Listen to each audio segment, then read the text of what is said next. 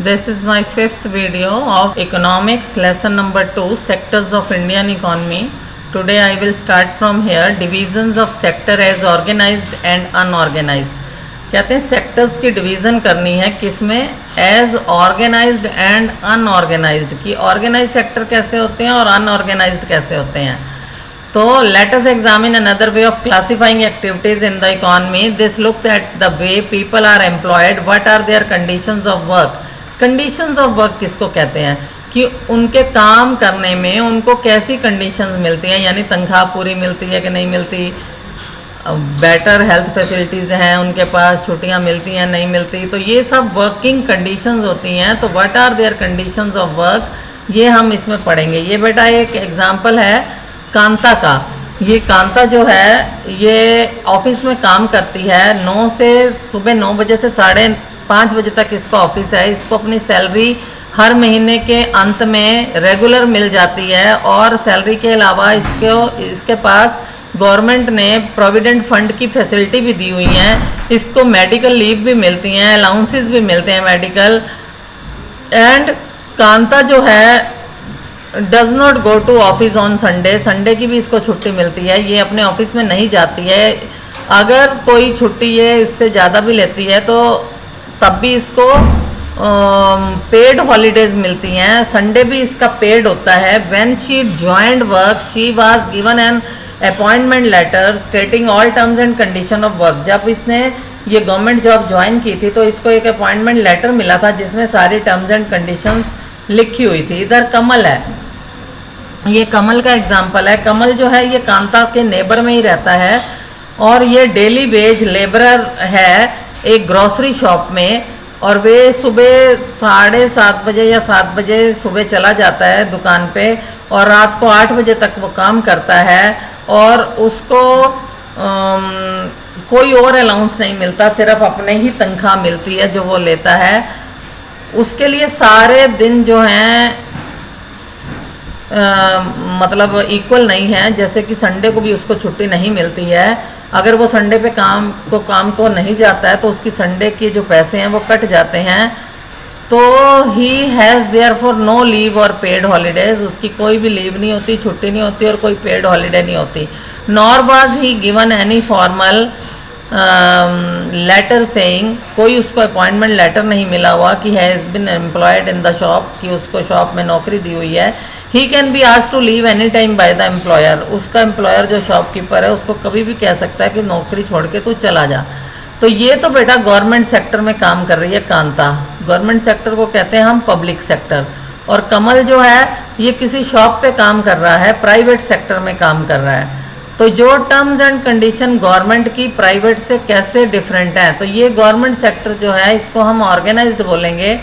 और ये सेक्टर जो है आपका शॉपकीपर वाला, शॉप वाला, ये अनऑर्गेनाइज सेक्टर हुआ. तो Kanta works in the organised sector. Kanta जो है ऑर्गेनाइज सेक्टर में काम कर रही है. इसकी जो एम्प्लॉयमेंट है बेटा रेगुलर है और ये रजिस्टर्ड बाय द गवर्नमेंट है और इसको कुछ रूल्स एंड रेगुलेशंस भी फॉलो करने पड़ते हैं, चाहे तो वो various which are given in various laws, जैसे कि फैक्ट्री एक्ट है, मिनिमम वेजेस एक्ट है, पेमेंट ऑफ ग्रेजुटी एक्ट है, शॉप्स है, एस्टेब्लिशमेंट एक्ट है. तो इट इज़ कॉल्ड ऑर्गेनाइज्ड. इसको ऑर्गेनाइज्ड बोलेंगे because it has some formal processes and procedures, क्योंकि इसमें कुछ फॉर्मल प्रोसेसेस और प्रोसीजर्स हैं. इसकी बेटा जो भी, ये कांता की बात नहीं, जो भी वर्कर्स इन ऑर्गेनाइज सेक्टर हैं वो एंजॉय कर रहे हैं किस बात का, सिक्योरिटी ऑफ एम्प्लॉयमेंट. उनकी एम्प्लॉयमेंट की सुरक्षा है, यानी कि उनको नौकरी से नहीं निकाला जाएगा. सबसे पहला तो डर यही रहता है कि हाय मुझे कोई नौकरी से ना निकाल दे. तो उनकी फिक्स नंबर ऑफ आवर्स हैं काम करने के. ये ज़्यादा घंटे काम नहीं करवाएगा कोई उनसे. अगर वो ज़्यादा घंटे काम कराते हैं, वर्क मोर, तो फिर उनको ओवर टाइम पे किया जाता है. तो ये सारा कहाँ होता है, ऑर्गेनाइज सेक्टर में. तो several other benefits from the employers, और उसको गवर्नमेंट से बहुत सारे और भी बेनिफिट मिलते हैं. कौन से बेनिफिट मिलते हैं, ये बेटा आपकी एनसीईआरटी में भी कई बार क्वेश्चन पूछ लिया जाता है कि what is the difference between organised and unorganised sector. तो ऑर्गेनाइज सेक्टर में तो get paid leaves, paid leave मिलती हैं जिनकी पेमेंट मिलती है. आप छुट्टी भी ले लोगे तो पेमेंट मिलेगी. Payment during holidays, provident fund मिलेगा, ग्रेजुटी मिलेगी, तो ग्रेजुटी वो होती है बेटा, कुछ परसेंट एज होती है आपकी जॉब की जिसका पैसा आपको रिटायरमेंट के बाद मिलता है। तो प्रोविडेंट फंड भी आपको रिटायरमेंट के बाद मिलता है। They are suppose to get medical benefits भी उनको मिलते हैं, ड्रिंकिंग वाटर भी मिलता है और सेफ वर्किंग एनवायरनमेंट मिलता है और पेंशन भी मिलती है रिटायर होने के बाद। लेकिन कमल जो है ये अनऑर्गेनाइज सेक्टर में काम कर रहे हैं। अनऑर्गेनाइज सेक्टर के क्या फीचर हैं बेटा? अनऑर्गेनाइज तो सेक्टर वो होता है जो गवर्नमेंट के कंट्रोल से बाहर होता है, और ये बहुत छोटी छोटी यूनिट्स होती हैं, बिखरी हुई यूनिट्स होती हैं जो कि गवर्नमेंट के कंट्रोल के अंडर आ ही नहीं सकती।